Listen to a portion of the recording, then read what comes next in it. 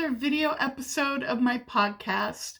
My name is Cheryl, and this is Cappuccino Crafts, my little channel on YouTube and my corner of the general interwebs where I like to talk about knitting and sometimes crochet and books and TV and movies and other general life and chatty things that I want to share with you. Thank you so very much for choosing to watch this video and spend a little bit of your time with me. I hope that you enjoy it, and please settle in, get yourself a delicious beverage, get your yarn, your hook, your needles, your embroidery, whatever it is, and let's have a lovely visit together. It's another Monday. Today it is January 18th, and I am recording this in my home in the United States, where we are today celebrating Martin Luther King Jr. Day. He was a very inspirational and effective civil rights leader in the 1960s. Advocating for integration and civil rights for all minorities, and very, very timely to be thinking about him and the things that he taught and the things that he did right now. So that's great. We need to honor his memory for sure. And on to crafting. It is a cloudy, cold, and blustery day here today. And so I am wearing my long sleeves. I'm wearing some long sleeves, and I have nearly 2 finished sleeves of the Fidelia, which is the cardigan that I am working on right now. Just maybe 3 centimeters or 1.5 inches and 6 more stitches to increase before I am done with this sleeve and can begin with the body. And that's going to be a cast on. That's going to be a lot of stitches, but it'll be good to move on to the body. And I'm also, this is also, the Fidelia is also a buddy knit. I am buddy knitting with a viewer and anyone else who is interested. If you want to do the Fidelia cardigan, that's great. If you look up the pattern, it's by Amy Christoffers, and it's a pattern that really speaks to you and you want to do it, that's great. But really, you could just join in with any wintry cardigan that you like if you are in the mood to work on a wintry cardigan right now. Please feel free to start one and join in. Yeah, there's no deadline. There are almost no rules. This is very, very low key and casual and just having fun. Yeah. So on to books. I picked up a book that came in, a physical book that came in that I requested at my library. So I did a curbside pickup of this graphic novel or comic. I'm not sure whether it's a comic or a graphic novel. It is a series. This is volume 1 of Descenders. Look at that front cover. The artwork here is stunning. And here is the back. There are more characters there on the back. As I'm sure you can tell just by looking, this is a sci-fi comic. And I have heard a few people in BookTube reading and talking about it, and what sold me in that made me want to read it now is I heard that there are planet-sized robots in space. I'm so here for that. That sounds so fun. I can't even imagine a planet-sized robot, and how would you even build one? It's like mind-blowing and sounds so much fun, and I can't wait. And here is our main character.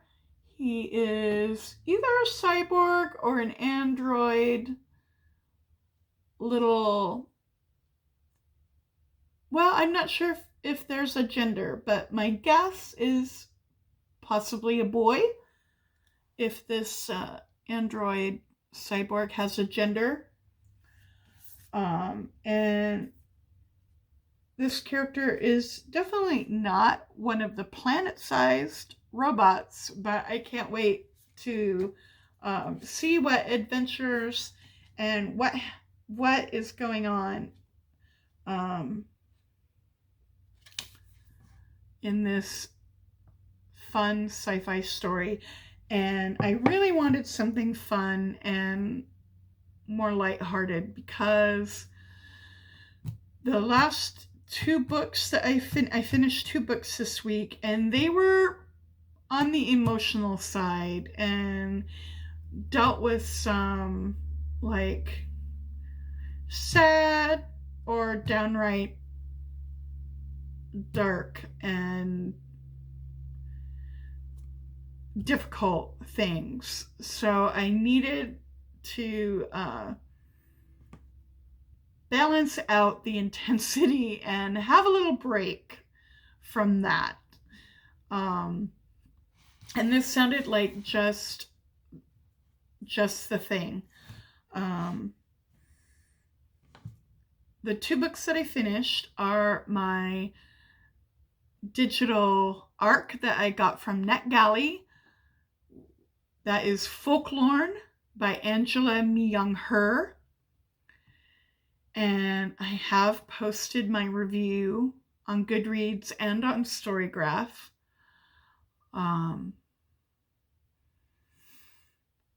And that book, I loved it. And it will come out in April. I think April 20 something, maybe the 21st, but it will come out in April. It will be released, and I loved it. It is not a quick read. It's very dense. The writing style and the magical realism and all the things that she's blending together, it is dense. Not something you can breeze through quickly. So I took my time with it, and I loved it. She deals with a lot of things, a lot of difficult things, but there is still... She keeps a ribbon of hope throughout. So for me as a reader, it was difficult, but I didn't feel it making me depressed. Now,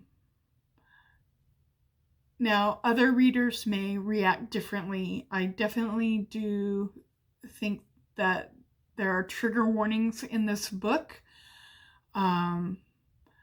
Scenes of domestic violence and emotional abuse,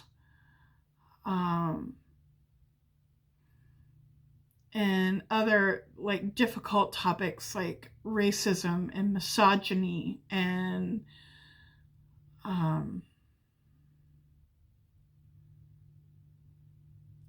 toxic family dynamics and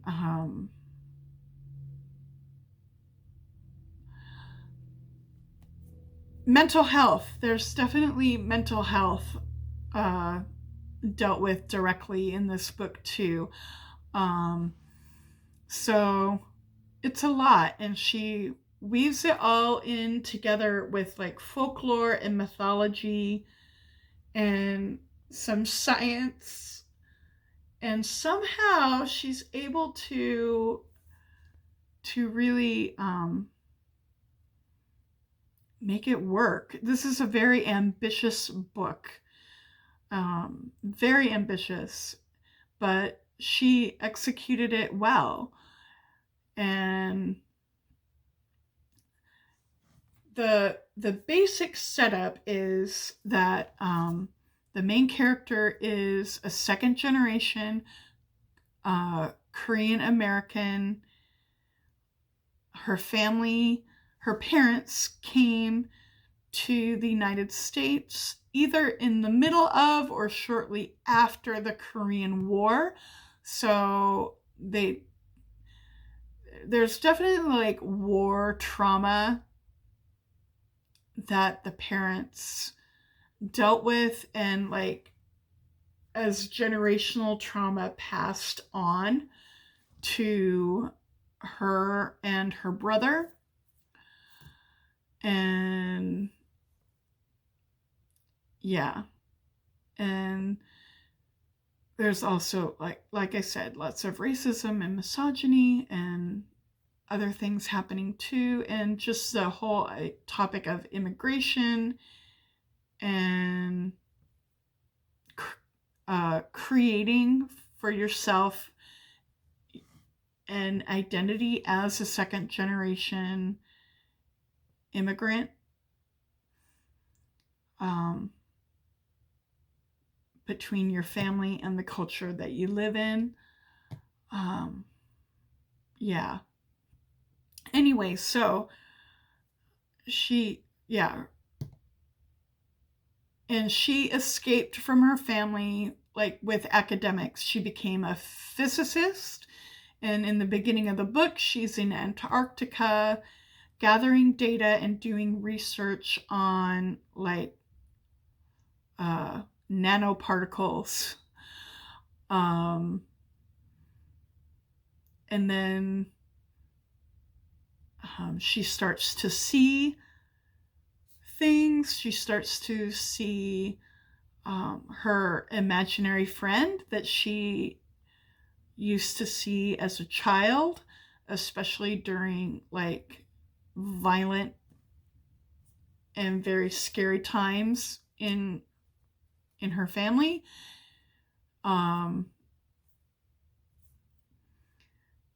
And so her imaginary friend comes back, and she starts seeing things and having hallucinations, and then she learns that her mother has died. And her mother has been in a like catatonic state in a mental hospital for years. And now she's died. And so she's going back home to LA and seeing her family again, and she's not been in close communication with them at all. They're pretty estranged, although she does have some communication with her brother, but doesn't seem very regular. So she's like having to face her family and try and understand her parents and what the stories that her mother would write down and tell her, the folklore stories and the warnings that her mother would give her, and all these things, coming back to have to face them. And yeah, it's really good. It's really good. Yeah. The other book that I read and finished this week was The Invisible Life of Addie LaRue by V.E. Schwab. And this is the first V.E. Schwab book I've ever read. And I quite liked it. I didn't like it as much as Folklore, but I still liked it quite a bit.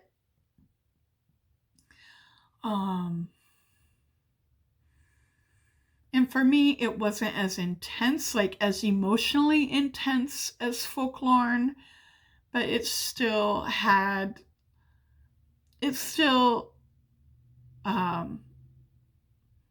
some weight to it. And maybe not as much for me as for some other readers. Because I have heard like a lot of people that I've seen talk about it on BookTube have had, like, we're saying the ending like wrecked me. I was crying so much throughout the book. And that wasn't my experience. But I don't know, maybe I'm not as emotional a reader, even though things do affect me.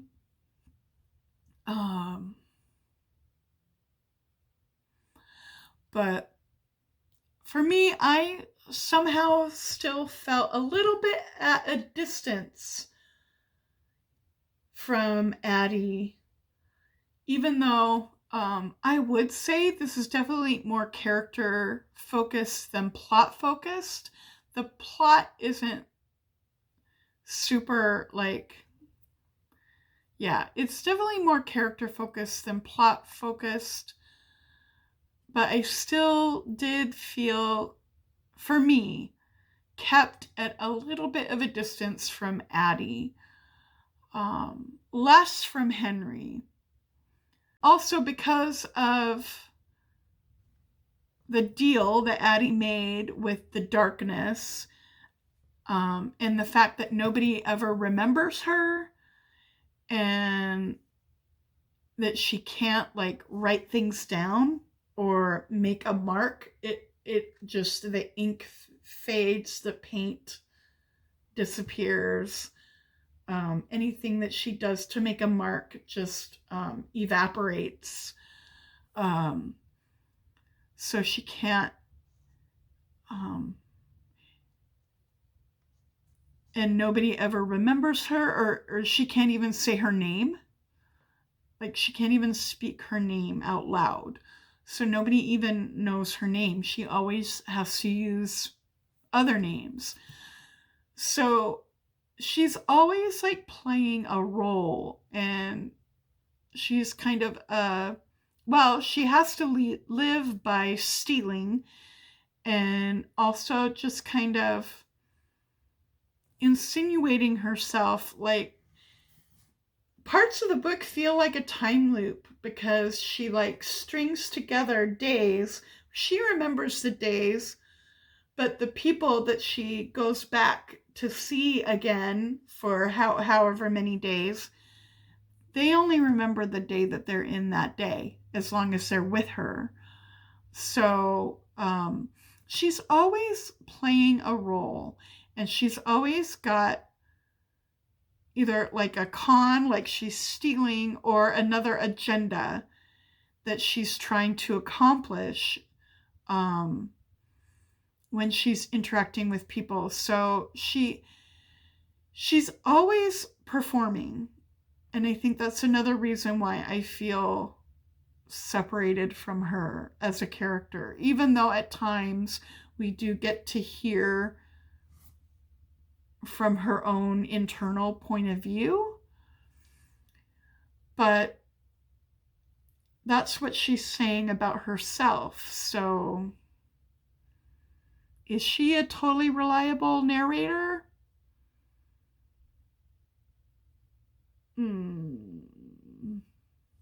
Maybe not. Not sure about that. So, yeah. But I did enjoy the there's also with Henry, there's mental health representation, which I really, really liked. Yeah, and I was satisfied at the ending. The ending didn't feel terribly, terribly sad to me.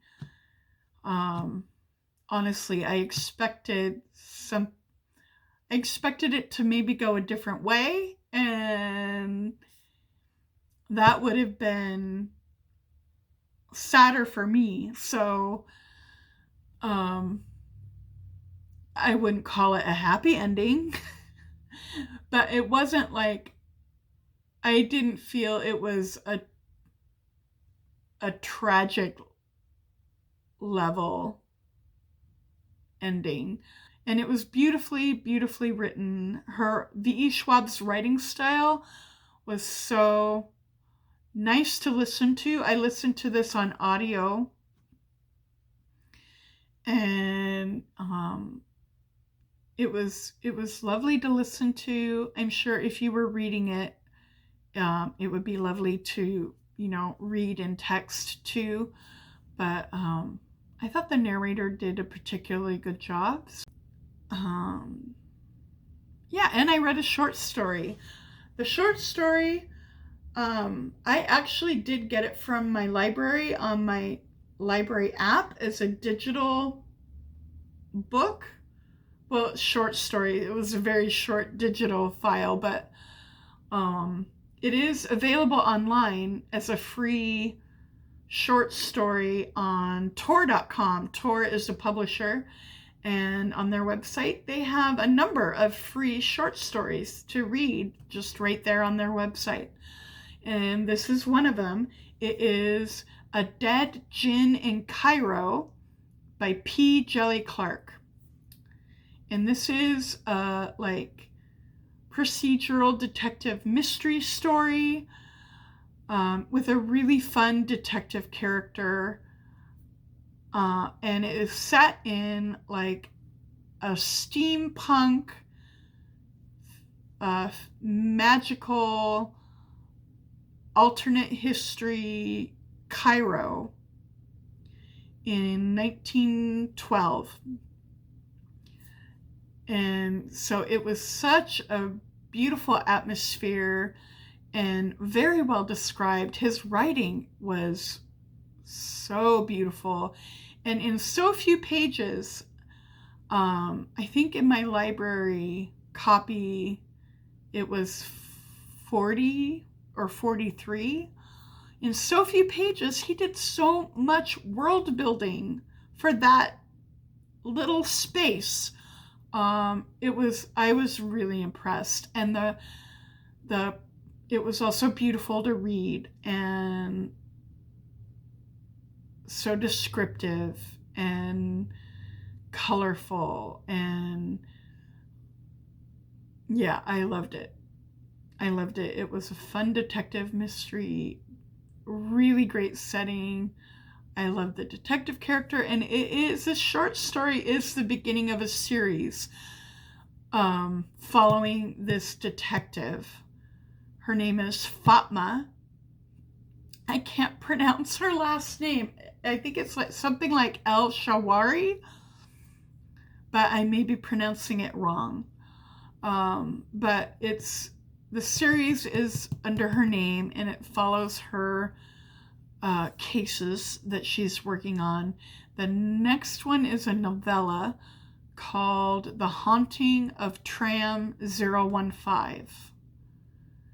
And as soon as I finished reading this short story, I went back in the app and did a search, and the novella was not available now, but I put it on hold. So I'm excited for that ebook to become available when it's my turn.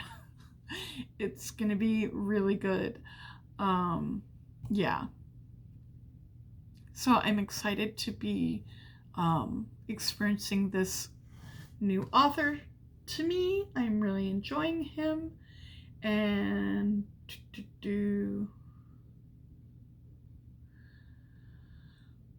what else? Let me take a quick look at my notes. Make sure I'm not forgetting something. Sorry for looking down. Oh, yes. Okay. And I am continuing on with The Strange Case of the Alchemist's Daughter by Theodora Goss. And it is a lot of fun. It is a good mystery detective adventure romp set in Victorian England. Excuse me, my throat's a little dry. Oh, that's better. It was starting to turn from scratchy to a little bit tickly. Ah, that's better. Anyway, so it is, set in Victorian London, and the main characters are daughters of characters or monsters from Victorian Gothic fiction. For example, a daughter of Dr. Jekyll and a daughter of Mr. Hyde. There's also Rappaccini's daughter is a part of this. And I have a feeling one of the young women is going to be the daughter of either the scientist Frankenstein or Frankenstein's monster. And so all that kind of stuff. And Sherlock Holmes and Dr. Watson are assisting in their investigation, which is so much fun. And they also are not taking over the story from the main characters, which is good. But it is fun to have them pop in here and there. So I'm really loving it. It definitely is feeling my need for something less intense after those two heavier, more emotional side books. And yeah, so I have not really been watching any TV series or movies or anything like that. So nothing like that to talk about. I think we have reached the end. So I hope that you are doing well. I hope that you and your family and loved ones are all safe and well. I hope that all of your creative projects and the things that you're reading and the media that you're watching or listening to is, filling you up and helping you get through some of the grim realities of life right now. But take care. I'd love to hear about what projects you're working on or what books you're reading, or if you've watched any really good TV shows or movies. I'd love to chat with you about those things in the comments below the video. I do really enjoy responding to you there, and talk to you later. Bye-bye.